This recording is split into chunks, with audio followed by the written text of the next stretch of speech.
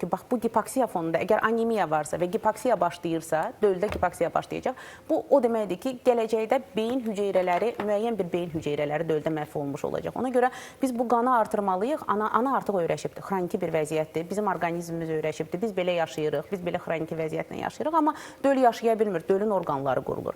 Hər hansı bir orqanımıza oksigen çatmırsa, o orqanda qüsur olacaq, o orqanda çürümə gedə bilər, o orqan nekrozlaşa bilər. Hələ mən böyük orqanizmindən danışıram. Biz bunu nəfəs alırıq, gedir oksigen çatır. Amma dölə gedib çatmayanda, orqanın qurulduğu bir vaxtda oksigen gedib çatmırsa, qaraciyərə çatmırsa, qaraciyərdə bir narahatçılıq olacaq. Beyinə çatmırsa, beyin hüceyrələri öləcək. Və yeganə hüceyrələr də beyin hüceyrələri ölürsə, gipoksiyadır, bətn daxilidir. Ultrasəs müayinəmiz ümumi yanaşırsınız da o zaman. Anemiya.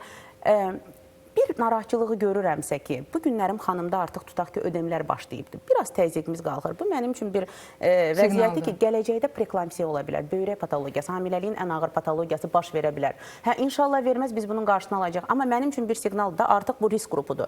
Mən niyə boş buraxım ki, qalsın xanım və narahatçılıqları artsın? Mən həmin dəqiqə o vəziyyəti aradan götürməliyəm. Mən həmin dəqiqə çalışmalıyam ki, patologiyaya gətirib çıxartmayım. Bir dölün bətn daxilində tələf olmasına, inkişafdan geri qalmasına, bir psixoloji problemə gətirib çıxartmayım. Ona görə, bax, ona gəlir anamnezi. Anamnezi topluyur. Mən görürəm burada